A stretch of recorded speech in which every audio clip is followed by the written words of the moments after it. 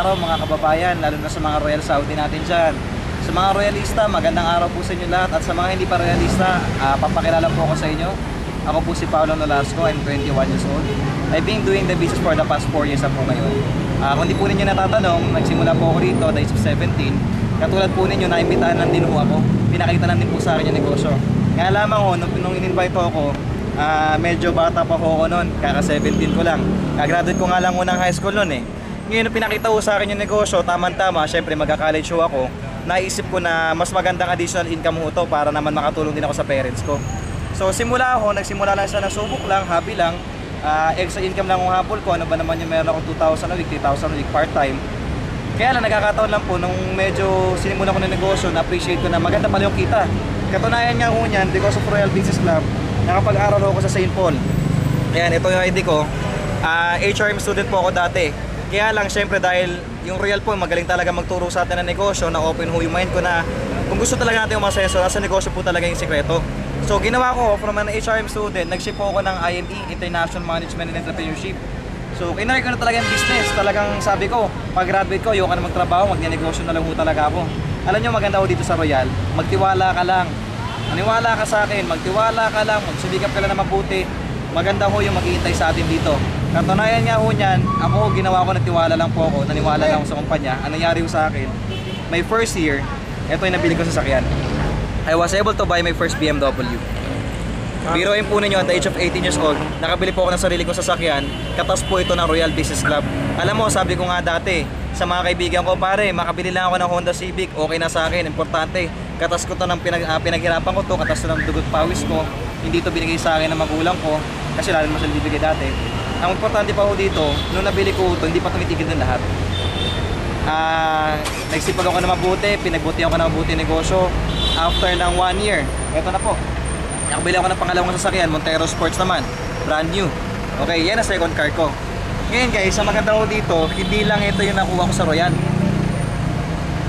Pangalawang taon ko na ho, 2009, 2010, I was able to travel trip to Europe po for free. So maganda ho doon, lahat po yun, all expenses paid by the company. Pero ito sabihin sa inyo guys, nung nagsimula po ako, Hong Kong lang ang pinangako sa akin ng Royal. Pag nag-Royal ka, magkaka-trip to Hong Kong ka. Pero because of Royal, trip to Europe ako. Kaya ito kanta lang, story short guys, iniimbitahan ko kayo na sana mapag-Royal din po kayo. Katulad ko po, natulungan po ako ng Royal, pero naniniwala ako na kung ako po, kinaya ko, sigurado po, kaya-kaya nyo rin. Remind ko lang po ang lahat, ang Royal po magka 5 years pa lang. Ako po kaka 4 years ko lang sa company. Pareho po kami ng Royal, bata pa ako, ang Royal bata pa rin. Ibig kong sabihin nito, kung ano po yung nangyari sa amin, ito po ay patingin pa lang. Ito po ay bago pa lang, nagsisimula pa lang kung tayo lang. Guys, sumabay ka na ngayon. Ang Royal parang plane of opportunity yan. Nakita mo to ngayon, sumabay ka na. Kasi pag nakita mo to ulit, at hindi ka sumali rito, kumbaga, pag pinatagal mo pa, sayang eh, mahirapan ka na umabot. Guys, mamili lang kayo. It's either ikaw yung nakasakay sa aeroplano, na lumilipad sa itaas at nakayuko, kumakaway sa mga nasa ibaba, o ikaw yung nasa bawat nakatingala, kumakaway sa mga nasa itaas. Guys, maniwala kayo sa akin. Ako ho, naniniwala ako kung bakit ako sumali rito. Naniniwala ako na I do believe I deserve something better. Sabi ko kay Lord, you know what? Naniniwala ako masipag ako, matyaga ako. Sa tyaga ko to, sa sipag ko to, hindi bagay sa akin maging mahirap. Naniniwala po ako sa tyaga ho natin, ang mga Pilipino. Hindi bagay maging mahirap ang mga yan. Ang mga Pilipino, likas naman sa sipag, likas naman sa tyaga. Napakagaling ng mga Pilipino.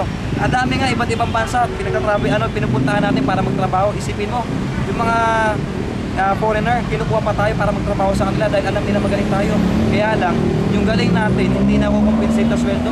Alam naman natin, dito sa Pilipinas, so sweldo hindi ganun kalaki, kaya nangangailangan pa sa ibang bansa pumunta. Problema, sa ibang bansa, malaking kita, kaya lang naman, ang daming sakripisyo. You know what guys, dati pangarap ko mga ibang bansa, pero because of Royal Business Club, nawala na po yun. Ngayon po, wala na po ang plano magtrabaho. Kahit may ibang bansa, wala na akong plano. Alam nyo, dahil dito, ang dami kong tao nakilala, ino-ofera nila ako magtrabaho sa ibang bansa. Bakit? Nakita nila ako na develop na yung skills ko, may kahit pa paano marunong na ako. Pero alam nyo, tinendoon ko, alam nyo bakit? Kasi yung kikitain mo sa ibang bansa sa loob na isang taon, dito kinikita namin isang buwan lang, di ako nagbibiro. Tama? Ang maganda pa ako dito, 21 years old lang ako. Kung bibilangin ng buti, yung kikitain ko sa loob na ilang taon mo lang, yung kinita ko na. At ang maganda ko dito, part-time pa lang po ako. Bakit? Hanggang ngayon na nag-aaral pa ako. This year po, gagraduate po ako, kaya lang October. Yung mga kabatch ko, mauna silang graduate na March. Pero maganda ko dito, gagraduate sila maghahanap pala ng trabaho. Ako, gagraduate ako, may kotse na ako. May konting ipon. Nakapag-travel na ako sa Europe. Ang maganda ko dito, tuloy-tuloy pa ko yung kita. At ako naniniwala ako this year, patatapos ako yung sarili kong bahay. because of Royal Business Club. Guys, yung bahay, yung kotse, yung ipon, yung travel, pangarap po yun na isang ordinaryong Pilipino. Maganda ho dito, ako po yung ordinaryong Pilipino na kumikita ng extraordinaryo. At lahat po yun ay dahil sa Royal Business Club. So guys, uulitin ko, inaanyayahan na kita, mag-royal ka na. Dahil pag nag-royal ka, mayaman ka. Bakit? Kasi kung di royal, ano? Kung di ngayon, kailan? At kung hindi pa tayo, sino pa? Guys, nasa atin ang biyaya, panghawakan natin to. So I'm Paolo Nolasco, social dahil sa royal.